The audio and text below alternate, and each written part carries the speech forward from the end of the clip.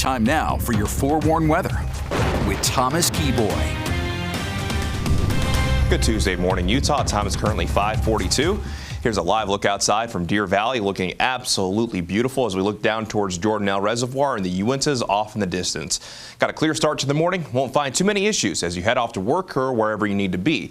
Here's the current view in Blanding in southeastern Utah, and you can actually see a little bit of color over the horizon as we're approaching sunrise, but that sunrise time for most actually won't be for at least another hour or so. But Blanding looking beautiful nonetheless, as our temperatures this morning are mainly ranging in the 60s and 70s, even Park City out there starting off with a temperature of 60 degrees while it's currently 57 in Logan. Definitely one of the more comfortable spots out there. 71 in Salt Lake, 69 in Moab, and sitting at 76 degrees in St. George. Now your out the door forecast for the Wasatch Front. It's a pretty mild start to the day. Look at some of these temperatures though. By your lunch hour in Salt Lake, 90 degrees. All for that temperature by 5 o'clock to be around 100, which puts us squarely in record territory for today. We'll talk about the records in just one moment, but first I wanted to show you your daytime high today and your overnight low tonight. So most of us today will see mostly sunny skies. It'll be windy as well, and we'll see daytime highs across the state, mainly ranging in the 80s and 90s, with a few more spots today getting into the triple digits, like Salt Lake City climbing to 101 this afternoon. It's definitely going to be feeling all bit of summer by this afternoon as we get to 96 degrees in Ogden. We'll even get to 87 in Park City, which if we get to 87 degrees would tie the record for today in Park City.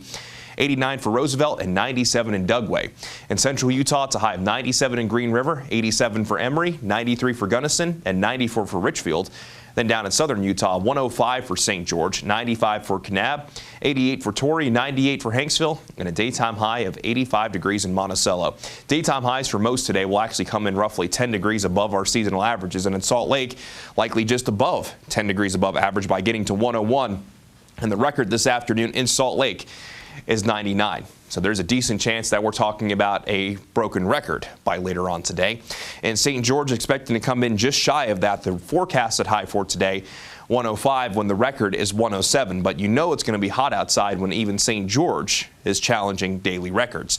Now let's go ahead and begin the futurecast because there is some relief on the way. This is 4 o'clock this afternoon. Mostly sunny skies across the state, but you might notice these wind arrows picking up out of the southwest. It is going to be a windy day, especially in the northern half of the state and over in the West Desert. Now, as we go from this afternoon into this evening, a front is going to start to work its way through, and that's going to help set the temperatures back down closer to where they should be for this time of year in northern Utah, while southern Utah, the front will not have moved through yet.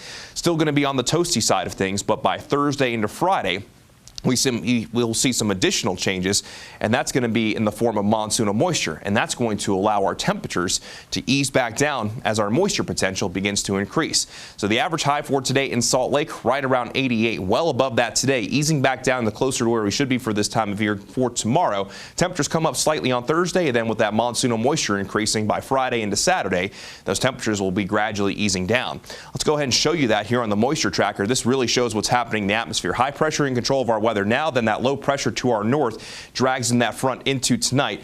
Not really going to see much in the way of any moisture as we'll be looking at a mainly dry front moving through. Then with that high pressure continuing to move out of the way to the east and a low pressure diving in from the Pacific Northwest, we'll see more of a straight southerly flow. That's going to allow us to tap into that monsoonal moisture. So for the end of this work week into the beginning of the Labor Day weekend, we'll be looking at a better chance of seeing showers and thunderstorms across the Beehive State with temperatures that will likely come in near or even below our seasonal averages. In St. George, close to that record for today, still staying rather toasty for our Wednesday.